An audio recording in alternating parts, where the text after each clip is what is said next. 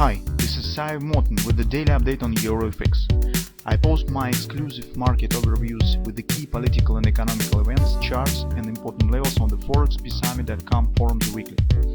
This short video is a response to rapidly changing situation on the currency markets and should help you to stay on top of the game and be profitable. I suggest you to visit ForexPeaceArmy.com forum and read my analysis for the week before watching this daily video. Welcome back everybody. Let's take a look again on the gold market. Sorry guys for some delay in report release time, so it just was a bit busy in a couple of sessions yesterday and today, so it was delayed the Forex report as well. Today in a weekly report I think that we could focus on analysis and opinion of some well-known and respectable analysts. So I have taken the Fathom Consulting to consider their opinion concerning recession and a few statements from the big banks such as BlackRock, Nomura and some others. And we just compare to what they are talking about to the current market sentiment and the gold, and what we talk through the whole 2022. So our position you probably know well, so because we have taken in-depth view mostly week by week in this year and in last year, and we actually have discussed mostly everything, so you just could read some of our elder researches and elder reports, and just to recall what we said on employment, on inflation, real estate market. So we actually have considered everything. And here is actually appears very interesting thing, that all of these big banks are not talking about the positive shifts. They are not talking about the dropping CPI. They are not talking about rising gross domestic product, strong job market. All of them talk about longer term higher inflation.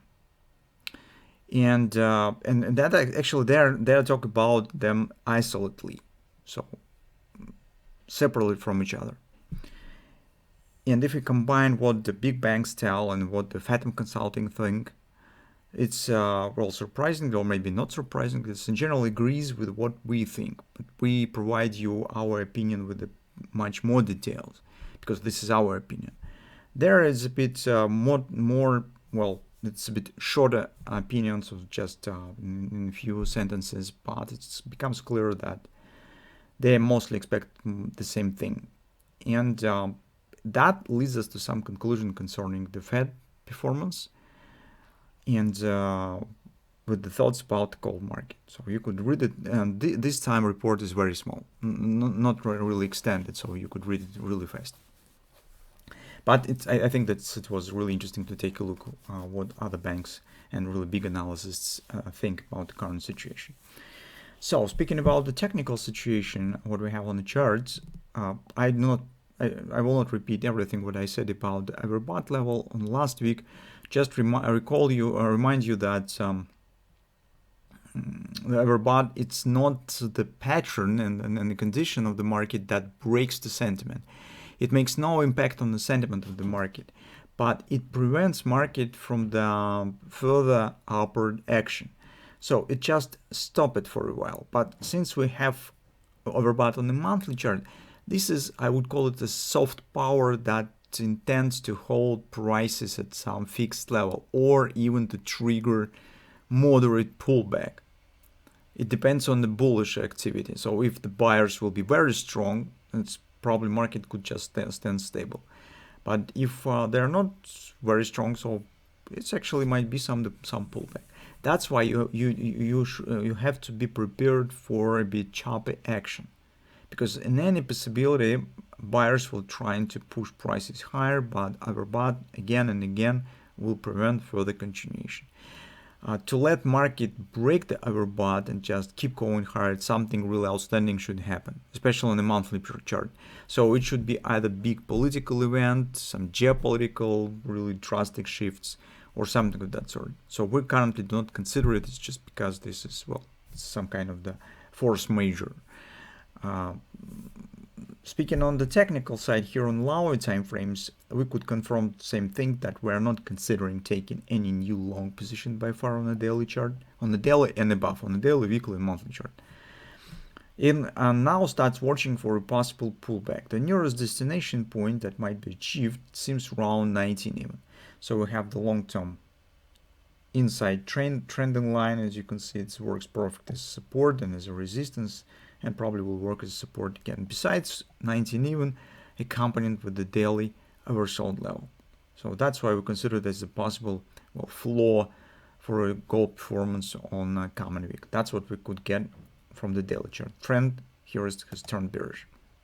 Now for trading, you have actually two different options. First one, on the 4-hour time frame chart, for instance, you could wait for some larger pattern, so you could see the divergence and stands in place, and potentially we could get the hand and shoulders. So this is the first option that you could follow, waiting for some bigger, and then try and take the position with this big pattern. You can see this is 1618 extension of the potential shoulder, so it's very typical for the hand shoulders pattern. Alternatively, you could try to take some minor retracements and take position based on some minor action on the lower time frame with the same direction. For example, on the hourly chart, you could consider this thing. So you could take a look at this one. Take a look at this recent spike on Friday has given us grubber.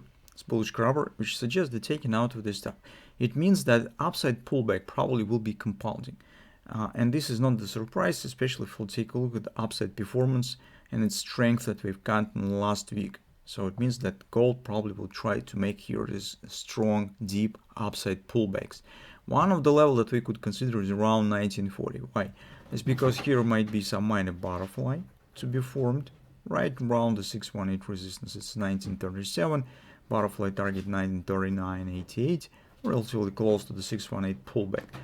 And additionally, we could get some kind of the A, B, C bottom. Currently, we do not know where the C point will be, but approximately it might be around the same areas, or OP with the shape of this ABCD pattern also might be formed here. It means that theoretically around 1940 you could consider chance to take the short position with a possible downward continuation. Besides here, probably you could treat it also as a head and shoulders.